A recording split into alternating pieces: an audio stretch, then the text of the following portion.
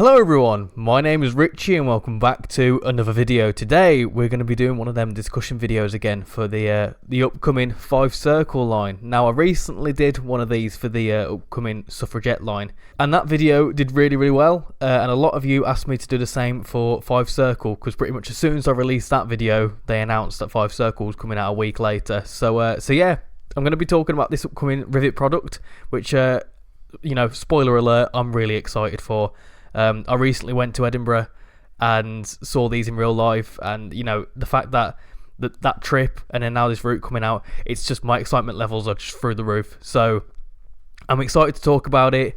It's going to be the same sort of structure as the suffragette video. So yeah, if you've not seen a video like this before, I basically talk about the upcoming route, the information we know, a bit about the timetable, the layers, all that sort of stuff that's been mentioned in articles and stuff, but it's sort of a way to try and collect it all into a nice neat little video so that if you don't know much about the route or you want to know a little bit of information of what we're getting, then you can spend the next 10-15 minutes watching this and it's sort of like all there. So yeah, this is what we can expect from the upcoming Fife Circle line. So I'll start off these videos with talking about a bit of initial information, what do we already know, that sort of stuff. So here's a route map that we got given in the announcement article when they announced the release date. As you can see, it's the full Fife Circle. You're not cutting anything out here. So we've got the full lot from Edinburgh up to Markinch via Dunfermline and Kirkcaldy. So we've got the full lot, the full shebang. I think we've got something like 20 stations as well, so it's going to be incredible because there's going to be different service patterns and all sorts of good stuff, and also a beautiful shot of the Forth Bridge. So we already know we're getting the class 170, a wonderful DMU. The route length is, I believe it's 52 miles. I hope that's right. I think I saw something somewhere that it's either 52 miles in total or 52 miles of new track, because obviously we've already got the Edinburgh to Haymarket section, which is a couple of miles. We can expect to see 20 stations, 2 of which we've already got in the game. We've got some information on the layers, so we know we're getting AI 801s and playable 385s. I'll go into a bit more detail with them in a little bit. We're getting a class 158 DLC. The release date is the 25th of March, which will be a week Tuesday. The price is full price at $29.99, and we know it's a Rivet product, which a lot of people have a certain opinion on Rivet. I personally think they're improving. I think they obviously fall short with physics and some sounds and stuff like that, but the 170 vid they released a few weeks ago, it sounded alright to me anyway. But anyway, yeah, so here is the 170, and this is the video I've just mentioned that we got the 170 look around and they started driving and whatever. The only thing I had an issue with was this numbering system, because it looks really wonky. If you look at it, I don't know whether it's the angle because it's obviously a curved front, but it looks very wonky to me. Well, that was the only thing I spotted. Other than that, it just looks beautiful. It just looks absolutely fantastic. They also released a video talking about how they designed the cab through some method called photogrammetry or something like that. So yeah, both of these videos I'll link in the description if you've not watched them. Give them a good watch because they're actually quite interesting. I do like Rivet's sort of like insight videos to how they make the routes and stuff. So go check that out. It's in the description. So a little bit of information about the included Loco, which is the class 170. I cannot tell you how excited I am to see a 170 in TSW. Honestly, right? I mean, I personally would have liked to have seen it as a DLC for the West Midlands Railway, because for Birmingham Cross City and West Midlands Railway livery, because I feel like it would add so much to Birmingham Cross City. But now that we've got it, maybe it's something we could see in future. But that is a video for a whole different day.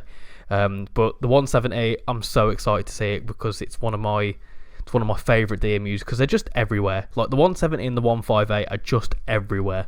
So here's a wonderful picture of the 170 at Edinburgh Waverley. Yeah, definitely Edinburgh Waverley because I recognise this here. I took a few pictures of that on my recent trip. And then here's another picture of them both passing each other, and don't they look wonderful? I absolutely love the Scotrail livery. Like seeing it in person the other day, they are just beautiful. Like it's a beautiful blue with the white. Beautiful livery, fantastic. So a little bit of information about the 170. They're an iconic UK DMU. They are everywhere, right? From the top of my head, they're on Birmingham Cross City. They're on the Midland Main Line and Cross Country livery. They're on most of the northern routes, so they run on the Harrogate line. I think Transport for Wales have a couple. They're just a few off the top of my head. So and there's probably a lot more. So East Midlands Railway, yeah, there's another one. So they're absolutely everywhere. They were built in the late 1990s from, this is according to the Dovetail article. I thought they were a little bit older than that, but apparently they were built in the 1990s. We're getting the 3-car variant with this pack, which you can see there. It's a 3-car variant, which, you know, in most cases there are either 2-car or 3-car variants. I don't think Scotrail have any 2-car variants, that's why we're not getting them, but I could be wrong with that. We're also getting included GSMR, functional quotation marks. Obviously you can mess about with it and do what you need to do, but you obviously can't contact someone. And we're also going to see an included auto announcer like they did with Banana Line. Now this will be really good because I hated the TMS system in Scotrail Express because it's really fiddly. I like what they tried to do with it, but I personally didn't like it, so I just kept it off. So hopefully, if it's not too annoying, it'll be good to see an auto announcer. It's something Dovetail should put into a lot more of their routes. And as I've mentioned a couple of times, I saw the 170s in real life, and I do have like a little 20-30 second clip of a Class 170 departing Edinburgh Waverley, which I will put now.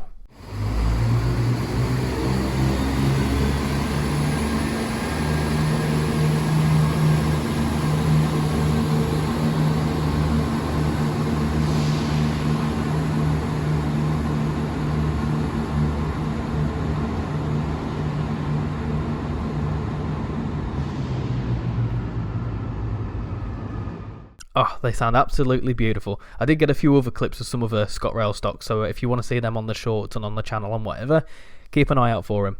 So a little bit of information about the timetable. This one's a bit of a hard one to do some research into because there's a lot of service patterns. So this is what I found. This is obviously just a screenshot from the Scotrail website. The full PDF I'll put in the description. But obviously I've got on the left hand side, we've got obviously Edinburgh to Dundee and then Dundee to Edinburgh. Obviously it doesn't go up to Dundee, but this includes the whole Fife Circle timetable. From what I'm guessing, we can see up to 5 trains per hour. The difficult one with this is that obviously we're getting the 158 DLC, and like some services are operated by 158s, but they can also be run by 170s.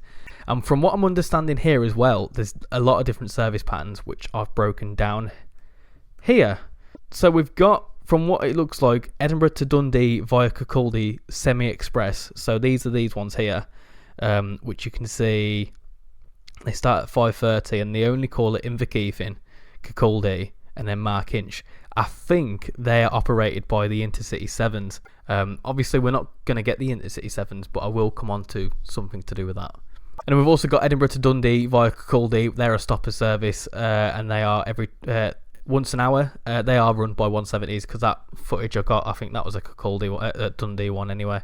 We've also got Edinburgh to Glenroves, is that how you say that, via Dunfermline, which is the west side of the circle, and there's 2 trains every half an hour in each direction, so they're the ones that you can do sort of like go one end, change and come back. And then we've also got Edinburgh to Cowdenbeath via Dunfermline. They're every hour, and Cowdenbeath is like, it's in between Dunfermline and Glenroves. So which means we get 5 trains per hour in each direction. And the reason I say I think it's like, I'm expecting that to be the case, but it all depends on what they want to include in the timetable, and then whether the 158 adds some services further down the line. So although initially we might have a lower service count, once the 158 comes in, that could be boosted. They have mentioned some shunting and empty coach stock moves. Different service patterns, as I've just mentioned. It's interesting. It's not going to be very linear. It's going to be different services and all sorts of variety, different lengths. Some of them take an hour, some of them take 35 minutes. Maybe we can see some freight. I don't know about freight operations in this part of the world. All I'm guessing, my basis for this is obviously we've got the Engineering Express pack from Rivet recently, so it makes sense for them to utilise that. I don't actually have that pack. I don't see the point in it, but I think we could see that pack utilised for Fife Circle. It would make sense. And then also the same thing for the Rail Tour, because they've got that West Cornwall local steam pack. So they like to use their sort of like livery packs and gameplay packs in their their routes. So I'm guessing we could see maybe 1 or 2 rail tours and maybe a freight service or 2. Interestingly as well, with rail tours, and I'll come on to the playable 385s, essentially every service on Scotrail Express between Edinburgh and Haymarket should be playable. So we may even see like a 10-minute 314 service, which would be quite cool to see. It obviously wouldn't run up the circle because it's an EMU, but it could be good to see maybe the 314 included as that little bit of the rail tour, which we actually get in Scotrail Express. And of course we've got playable 385s, which they mentioned in the article, which means that realistically every service, like I just said, every service from Scotrail Express, especially with the 385s, should essentially copy into the new timetable, which will kind of artificially boost it, but it's realistic, I guess. So I did actually look through the timetable on Scotrail Express, and I deducted all the ones that would be, obviously you've got some services that run Glasgow Queen Street to Alloa, so obviously I've not included them because they wouldn't run on this portion of the route, but all the 4-car variant ones and the ones that do the Dunfermline services, I'm guessing they should be included. And in fact they should be included because in the next screenshot, or the next couple of screenshots, I'll talk about the 158, and on the PIS there you can actually see that it says Dunfermline and stuff like that, so they've put it into the PIS system. So I'm guessing, you know, we'll see them services, which will mean that we've got 175 services from Scotrail Express added onto the 5 trains per hour. And we've also got AI 801s. So yeah, with all that waffling aside, sorry, that took a little bit of a while to go through all that. But yeah, with all that waffling aside, we should see a service count of 350 to 400. Now, I'm going to caveat this and say that we can expect that, but maybe once the 158s come out, because initially we might have like 200 or whatever, 250, and then eventually we could see more once the 158 is added. It kind of gives it a bit more of an incentive to buy it if it adds some services. So I think once the 158 DLC is released for it, we could see up to 400 services. So yeah, that's the timetable. On to the layers. We should see a fair few layers. We should definitely see these wonderful works of art, the 801s. I did see the 801s on my recent trip. This isn't my picture, this is one I found on Google. But we should see the 801s as AI, and this is one of my wonderful little photo mode screenshots. We'll see 385s, of course we will. So a breakdown of the layers: we can have playable 385s, maybe a class 66 as I previously mentioned, rail tours, maybe the 314, maybe a steam rail tour, and obviously we're going to get the Scotrail class 158 when it releases. As for the AI, this is where it gets a little bit controversial, because I think the 801s should be playable. So from my understanding, I think LNER services do go to Glasgow, which would mean they'd use the portion of the route between Haymarket and Edinburgh Waverley. So even if it was a couple of services a day using the LNER 801, just between them 2 stops, that'd be quite nice. It would boost the service count by like 5 or 10 or something stupid like that. But LNER do operate services up to Dundee and up to Aberdeen and Inverness, which go via the Fife Circle. I've had a look at some of the services and they do call it Inverkeithing and Kirkcaldy and Markinch. So I know that the 801 is the electric only variant, but I feel like a little bit of leniency could have, because obviously they've got the diesel mode, but I think the diesel mode works fine. I think you can run quite fast on diesel mode. So I feel like it's a bit of a missed opportunity, but I definitely think there should be some playable between Haymarket and Edinburgh Waverley.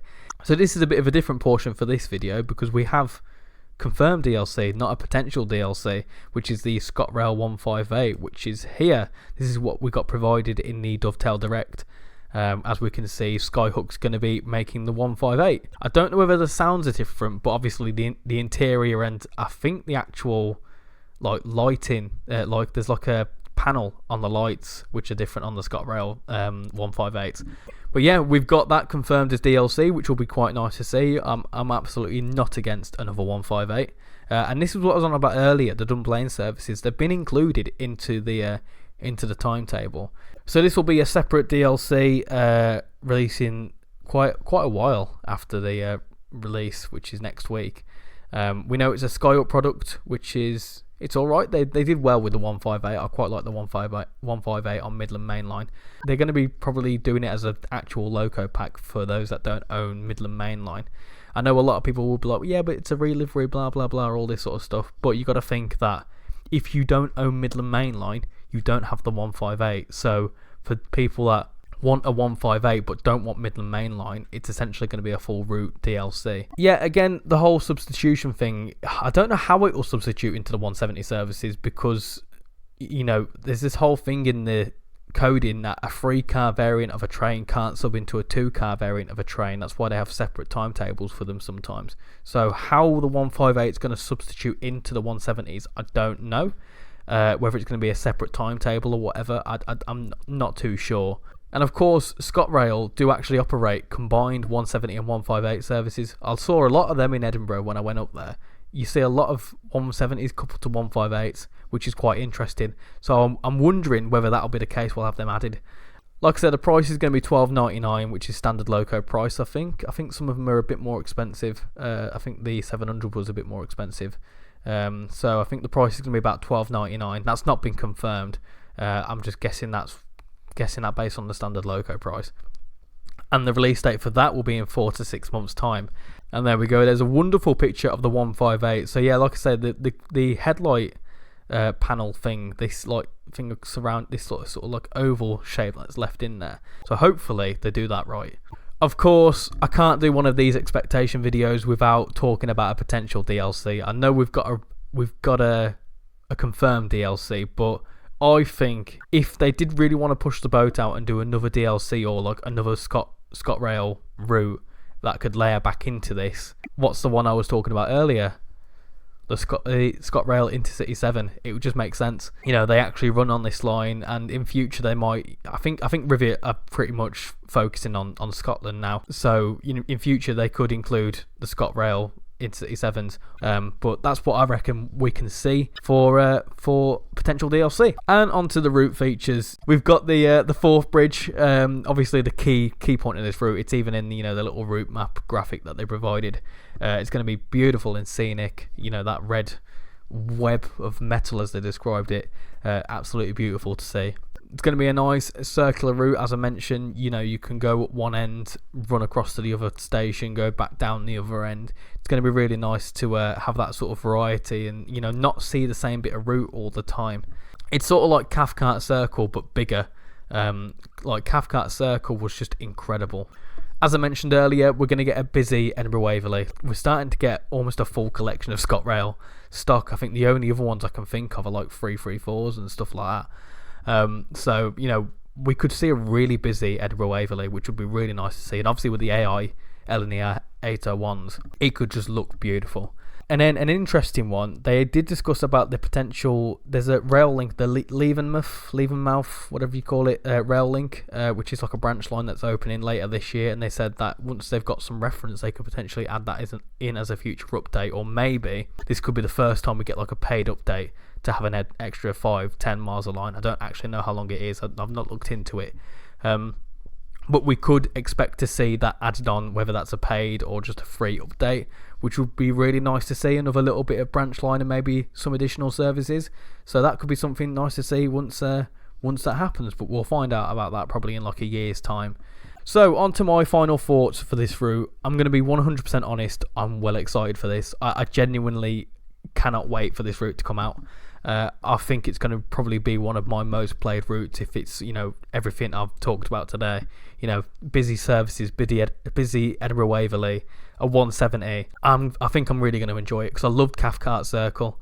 So it's just going to be like that on a much bigger scale. So I'm really looking forward to it, and you can expect a first look the day after release. I think the route's going to be incredibly scenic. It's just going to look beautiful. I'm just really excited for it. But what do you think? I know a lot of you are very excited for this. A lot of you are more excited for this than the upcoming Suffragette line. So yeah, that is pretty much everything that we can expect to see from the upcoming Fife Circle line. Like I say, I'm really excited for it. So I'm hoping that this video has been informative, and you know, you've got a bit more information and maybe it's built some hype. So yeah, that's pretty much everything I'm going to be talking about in today's video. I really hope that the Fife Circle is going to be good when we see a preview of it next week.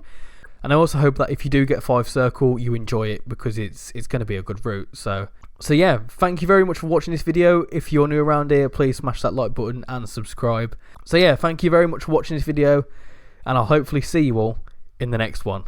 Bye bye.